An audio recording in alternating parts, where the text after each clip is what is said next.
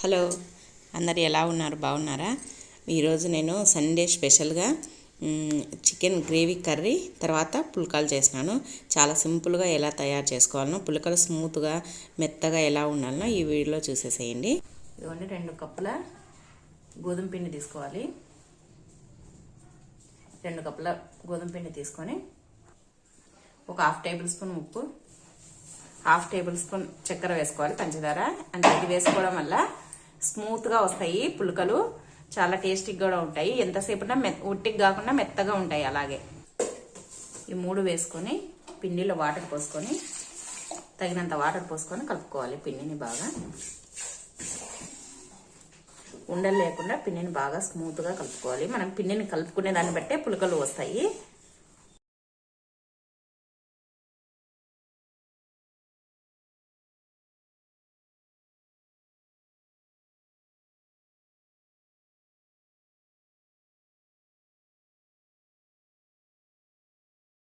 పిండి ఇలా బాగా కలుపుకున్న తర్వాత 1 టేబుల్ స్పూన్ ఆయిల్ వేసుకొని ఈ ఆయిల్ అంతా ఈ పిండికి పట్టేటట్టు బాగా కలుపుకోవాలి.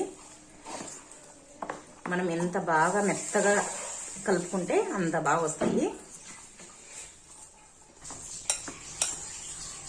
ఇవన్నీ ఇలా బాగా కలుపుకొని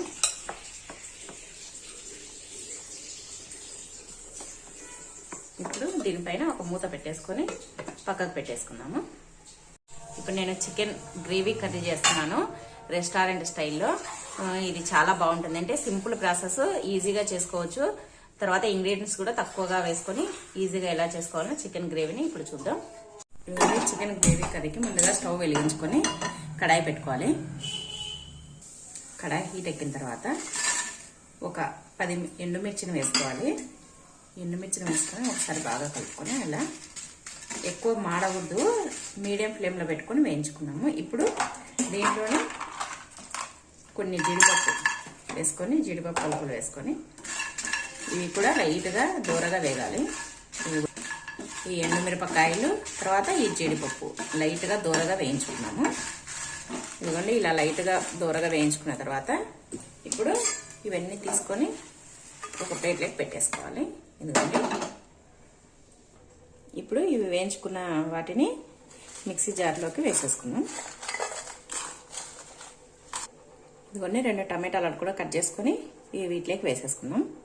ఇదిగోండి, 2 టమాటాలను కట్ చేసుకొని వీటిలోకి వేసేసుకుందాం. ఇప్పుడు ఇవన్నీ కలిపి ఎండుమిర్చి తర్వాత జీడిపప్పు టమాటాలు కలిపి మిక్సీ పట్టేసుకుందాం.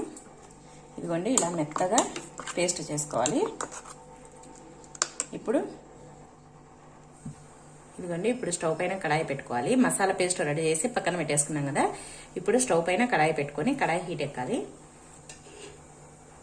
ఇదిగోండి, పెన్నెం హీట్ ఎక్కింది కడాయి.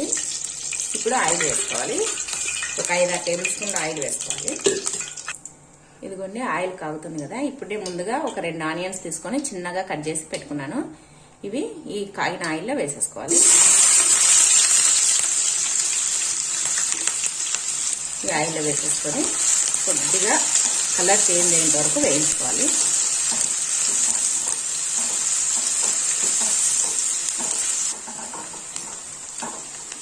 బాగా కలుపుకుంటూ కొద్దిగా కలర్ చేంజ్ అయ్యేంత వరకు వేయించుకుంటాము.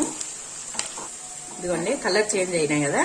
ఇప్పుడు దీంట్లో అల్లం వెల్లుల్లి కొత్తిమీర 3 కలిపిన పేస్ట్ 1 టేబుల్ స్పూన్ వేసుకుంటున్నాను. 1 టేబుల్ స్పూన్ వేసుకొని ఈ మసాలా అంతా కొద్దిగా పచ్చివాసన పోయేంత వరకు వేయించుకోవాలి.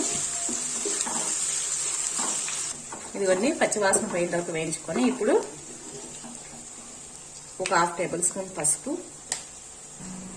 ఒక 2 టేబుల్ స్పూన్ కారం. మనం ముందుగా ఎండుమిర్చిని కూడా వేసుకున్నాం కదా, అందుకోసమని నేను 1 కేజీకి 2 టేబుల్ స్పూన్ల కారం వేస్తున్నాను. ఇవన్నీ కారం కూడా వేసుకొని ఒకసారి ఈ పసుపు తర్వాత ఈ కారము ఈ అల్లం వెల్లుల్లి పేస్ట్ అన్ని బాగా కలిసేటట్టు ఒకసారి కలుపుకోవాలి. ఇదిగోండి, ఇప్పుడు దీంట్లో చికెన్ ముక్కలు వేసుకోవాలి.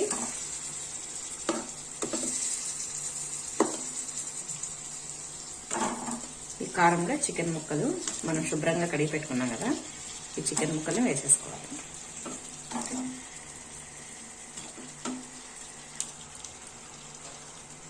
చికెన్ ముక్కలు వేసుకొని ఈ చికెన్ అంతా మసాలా పట్టేటట్టు బాగా కలుపుకోవాలి. ఇదిగోండి కారం అంతా ఇలా ముక్కలు పట్టేటట్టు బాగా కలుపుకోవాలి. కారం వేసి కలుపుకున్నాం కదా, ఇప్పుడు తగినంత ఉప్పు వేసుకోవాలి. నేను ఒక 1.5 టేబుల్ స్పూన్ ఉప్పు వేస్తున్నాను. ఉప్పు వేసుకొని ఈ ఉప్పు అంతా చికెన్ ముక్కలు పట్టేటట్టు కలుపుకుందాం. ఈ ఉప్పు కూడా చికెన్ ముక్కలకు బాగా పట్టాలి. ఇవన్నీ ఉప్పు కలుపుకున్నాం కదా బాగా. ఇప్పుడు దీంట్లోనే 1 టేబుల్ స్పూన్ ధనియాల పొడి వేసుకోవాలి. ఈ ధనియాల పొడి కూడా చికెన్ ముక్కలకు బాగా పట్టేటట్టు కలుపుకోవాలి. ఇదిగోండి ఇంకా కలుపుకొని ఇప్పుడు మూత పెట్టేసుకొని ఒక 5 నిమిషాలు మగ్గనిద్దాం.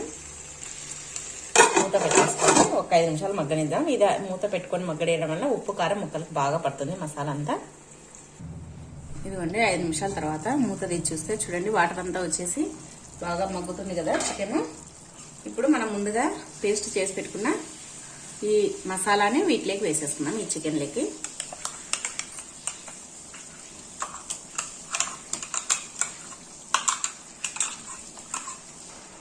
ఇదిగోండి మసాలా అంతా వేసినాం కదా. ఇప్పుడు ఈ మసాలా అంతా ముక్కలకు పట్టేటట్టు కలుపుకొని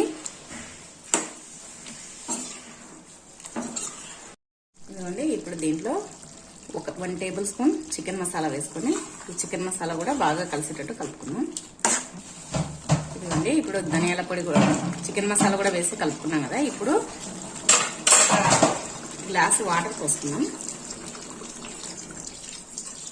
250 ml వాటర్ పోసుకొని ఒకసారి అంతా బాగా కలుపుకొని మూత పెట్టేసి ఒక 15 మినిట్స్ పెట్టేసాము. ఇంకా చికెన్ రెడీ అయిపోతుంది. ఒక 15 నిమిషాలు ఉడికితే మీడియం ఫ్లేమ్లో ఇంకా చికెన్ కర్రీ రెడీ అయిపోతుంది. ఇదిగోండి ఒక 10 నిమిషాల తర్వాత ఒకసారి కలుపుకున్నాము. ఇదిగోండి గ్రేవీ అంతా దగ్గర పడుతుంది కదా, ఒకసారి కలిపేసుకుంటే కింద మాడకుండా ఉంటుంది. కలుపుకొని ఇంకొక 5 నిమిషాలు మగ్గనిద్దాం.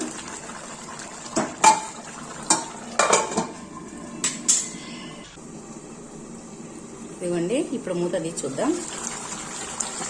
చూడండి చికెన్ కర్రీ బాగా ఉడికి ఆయిల్ అంతా పైకి వచ్చేస్తుంది కదా, ఇంకా చికెన్ గ్రేవీ రెడీ అయిపోయిందండి. ఇప్పుడు చికెన్ గ్రేవీ కర్రీ రెడీ అయిపోయింది కదా, దీంట్లో కొద్దిగా కస్తూరి మేతిని వేయించుకొని ఇలా పొడి చేసుకొని వేసుకోవాలి. మంచి స్మెల్ ఉంటుంది, టేస్ట్ కూడా బాగుంటుంది కస్తూరి మేతి వేయడం వల్ల. ఇప్పుడు ఈ కస్తూరి మేతి కూడా వేసినాం కదా, ఒకసారి అంతా కలుపుకొని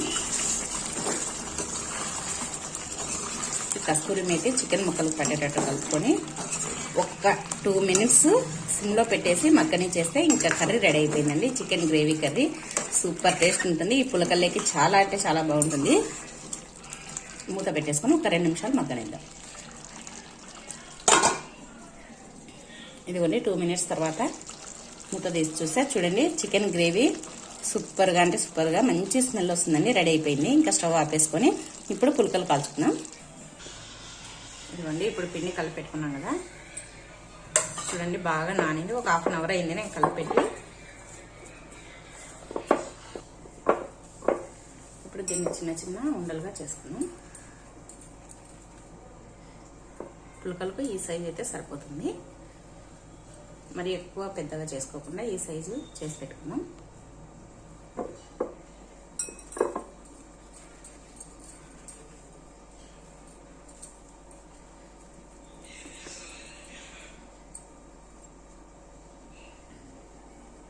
ఇదిగోండి ఇలా అన్ని ఉండలు చేసుకొని ఇవన్నీ తీసి ఒక ప్లేట్లోకి పెట్టుకొని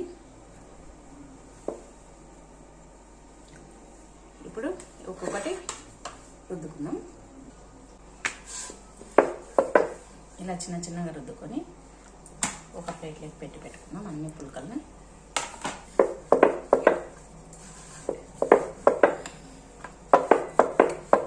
ఇలా రౌండ్గా రుద్దుకోవాలి.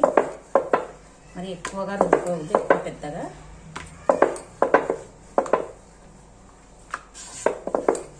ఇదిగోండి ఈ సైజు రుద్దుకొని పెట్టేసుకున్నాం. పులకలన్నీ ఇలా రుద్ది పెట్టుకున్నాను. ఇప్పుడు వీటిని వేయించుకున్నాం. ఇదిగోండి స్టవ్ పైన ఇప్పుడు పెన్నెం పెట్టుకోవాలి పులకలు కాంచుకోవడానికి.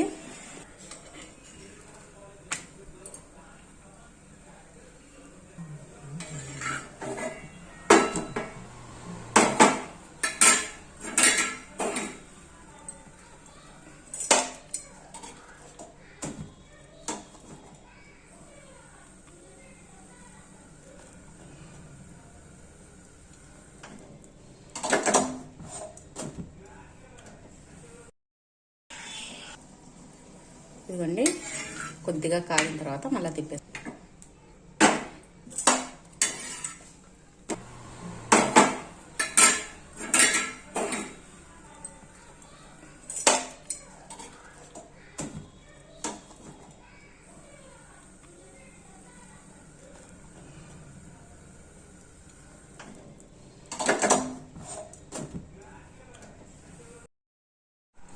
ఇదిగోండి చికెన్ గ్రేవీ కర్రీ రెడీ అయిపోయింది. ఇప్పుడు దీన్ని సర్వింగ్ బౌల్లోకి తీసుకున్నాం. చూడండి గ్రేవీగా చపాతీలోకి రైస్లోకి చాలా బాగుంటుంది. ఇప్పుడు ఈ గ్రేవీ కర్రీని సర్వింగ్ బౌల్లోకి తీసుకున్నాం. మేము ఇప్పుడు ఈ గ్రేవీ చికెన్ కర్రీ తర్వాత పుల్కాస్తో తింటాం.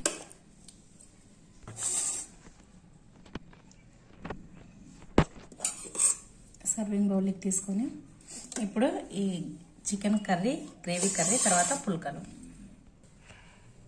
ఇదిగోండి పుల్కలు తర్వాత చికెన్ గ్రేవీ కర్రీ ఇలా సర్వింగ్ బౌల్లోకి తీసుకున్నాను. ఇప్పుడు కీరా తర్వాత క్యారెట్ తోటి సర్వ్ చేసుకుంటున్నాము. చూడండి పుల్కలు ఎంత స్మూత్గా మెత్తగా ఉన్నాయో చూడండి. బాగా పొంగి పొరలుగా ఎలా వచ్చిందో చూడండి. బాగుంది కదా. మనం సింపుల్గా అసలు ఆయిల్ లేకుండా ఎంత బాగా పొరలుగా చేసుకున్నాము ఈ పుల్కను. మనము రెస్టారెంట్కు తర్వాత డాబాలకు వెళ్ళి ఇలాంటి పుల్కలు తింటుంటాం కదా, ఇంట్లోనే ఇలా పొరలుగా ఉండే పుల్కలను మీరు కూడా ఖచ్చితంగా ట్రై చేయండి. మీకు ఈ వీడియో నచ్చినట్టయితే ప్లీజ్ లైక్ చేయండి, షేర్ చేయండి, సబ్స్క్రైబ్ చేయండి, పక్కనే ఉన్న బెల్ ఐకాన్ని క్లిక్ చేయండి. Thank you for watching.